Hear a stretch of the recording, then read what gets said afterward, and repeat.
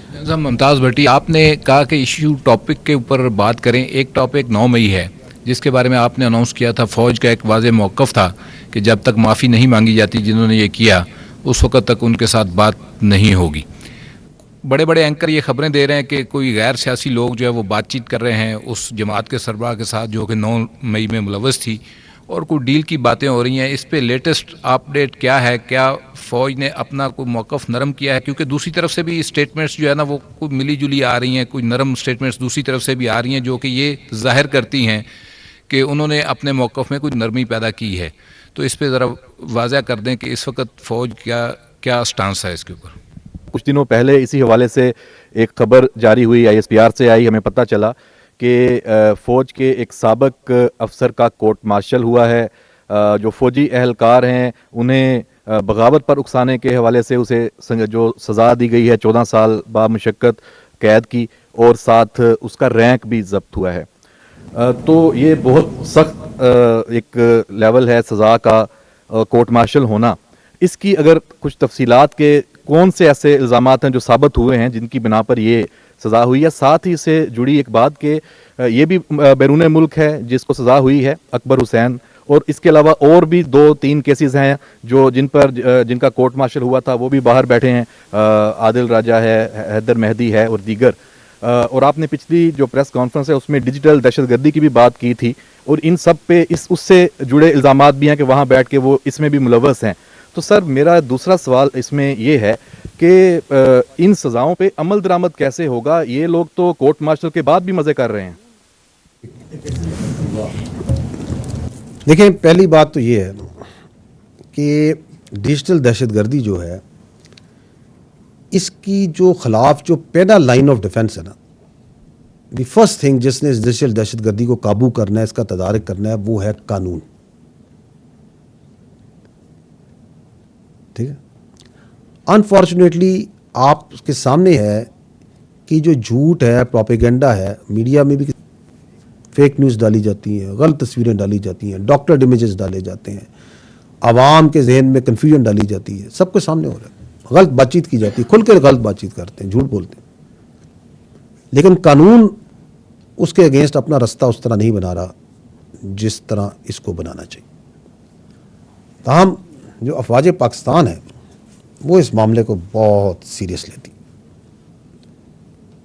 इसलिए जो भी शख्स, चाहे वो मुल्क में हो चाहे वो मुल्क से बाहर हो, किसी रुतबे पे हो, किसी ओहदे पे हो, कोई उसका मकाम हो, अगर वो अफवाज पाकिस्तान के खिलाफ प्रोपेगेंडा करता है, अवाम और अफवाज के दरमियान खलीज पैदा करता है, फेक न्यूज़ में इन्वॉल्व होता है, तो फौज उसके खिलाफ ज़रूरी कानूनी कार्रवाई करेगी। और उसकी मिसाल आपने देखी है। और जो आप बात कर रहे हैं उसका पूरा एक मुकम्मल ड्यू प्रोसेस है, वो एक तरीका है, और उस प्रोसेस के मुताबिक वो पूरा अमल मुकम्मल किया जाता है।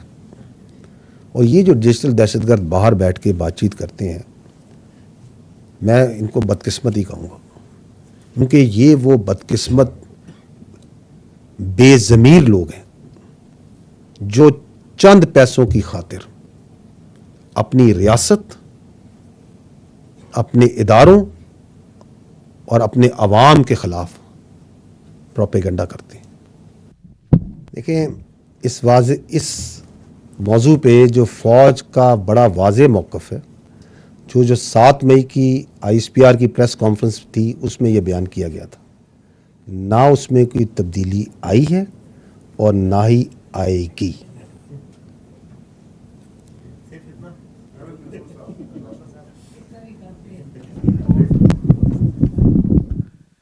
Ahmad Mansoor, special correspondent 24 news.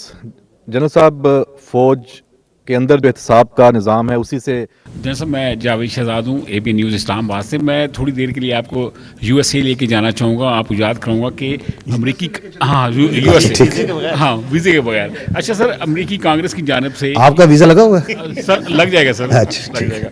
ऐसा अमरीकी कांग्रेस की जानिब से एक करारदाद की मंजूरी दी गई थी जिसमें पाकिस्तान के इंतखाबी अमल, पाक फ़ौज के किरदार और पाकिस्तान के अंदरूनी मामलात को निशाना बनाया गया था। इस सारे अमल में कुछ अमरीकी सेनेटर्स का एक ग्रुप था, वो भी शामिल था। और हालिया दिनों में सर देखने में आया कि کہ غیر ملکی جو میڈیا ہے پاکستان کے اوپر اس کی تنقید شدت پیدا ہو گئی ہے، اور وہاں کا جو اینکرز ہیں، یوٹیوبرز ہیں اور ان کی جو لابیز ہیں، ان کی تنقید کا محور مرکز پاک فوج بن چکی ہے. حکومت تو اس کمپین کو ناکام بنانے میں کامیاب نہیں ہو سکی، بے بس نظر آ رہی ہے. ISPR کی کیا حکمت عملی ہے سر؟ اس کو کیسے کاؤنٹر کیا جائے گا؟ آپ میکسیمم ریسٹرین پہ رہیں گے اور آپ کے صبر کے امتحان لیا جا رہا ہے سر، پلیز. ٹھیک. دیکھیں یہ جو بیرون ملک سے آپ کہہ رہے ہیں نا، جو پاکستان کی ریاست کے خلاف یہ جو ایک تواتر کے ساتھ کیمپین چلائی جا رہی ہے، پہلی بات تو میں یہ آپ کو واضح کروں کہ ہمیں بخوبی آگاہ ہے یہ کن مقاصد کے لیے چلائی جا رہی ہے، کون چلا رہا ہے، کون ان کی فیسیلیٹیشن کر رہا ہے. ہمیں یہ بھی بخوبی معلوم ہے کہ بیرون ملک وہ کون سے ریاستی اور غیر ریاستی عناصر ہیں جو اس کمپین کو پرولیفریٹ کرتے ہیں، اس کو چلاتے ہیں، اس کی مدد کرتے ہیں. آپ نے تو کچھ ایک دو واقعات کا ذکر کیا. I'll just give you an idea to have you to make you understand the enormity of this issue. جنوری سے لے کے آج تک اس سال 2007 مہینے تقریباً اس میں صرف فورن پرنٹ میڈیا میں ایک محتاط اعداد و شمار کے مطابق 127 ایسے مضامین اسے بہتر جانتے ہیں جو بین الملک سے بیٹھ کے پاکستان کے اندر جو انتشار پھیلانے کے لیے، پروپیگنڈا کرنے کے لیے جو وہاں پہ ایکٹیو ہوا ہے. اس کے علاوہ جو پولیٹیکل لابنگ کی جاتی ہے، جو ملاقاتیں کی جاتی ہیں، سرکاری دوروں پہ احتجاج کرائے جاتے ہیں، سفارت خانوں کے سامنے احتجاج کرائے جاتے ہیں. آپ کے خیال میں یہ ایسے ہی ہوئی جا رہا ہے؟ اس کے پیچھے ایک پوری کوآرڈینیٹڈ سوچ ہے اور بہت پیسہ لگایا جا رہا ہے. اس پہ لابنگ فرمز ہائر کی جاتی ہیں، ان پہ ہی پیسہ لگایا جاتا ہے اور ایک بیانیہ بنایا جاتا ہے مایوسی کا، انتشار کا. حالات بے قابو ہو گئے اور ایک مخصوص سیاسی پروپیگنڈے کو اٹھایا جاتا ہے. یہ جتنی ایفرٹ کی جا رہی ہے، چاہے وہ انٹلیکچولی کی جاتی ہے، کوآرڈینیشن میں کی جاتی ہے، پیسہ لگا کے کی جاتی ہے، میں تو یہ کہتا ہوں کہ کاش یہ بیانیہ، یہ پوری ایفرٹ یہ کرتے کہ یہ بتانے کے لیے لوگوں کو کہ غزہ اور فلسطین میں کتنا جینوسائیڈ ہو رہا ہے مسلمانوں کا، معصوم بچوں کو قتل کیا جا رہا ہے. اس کے لیے بیانیہ بنانے پہ یہ پیسہ لگاتے اور یہ محنت کرتے. یہ پیسہ لگاتے، یہ بیانیہ بناتے.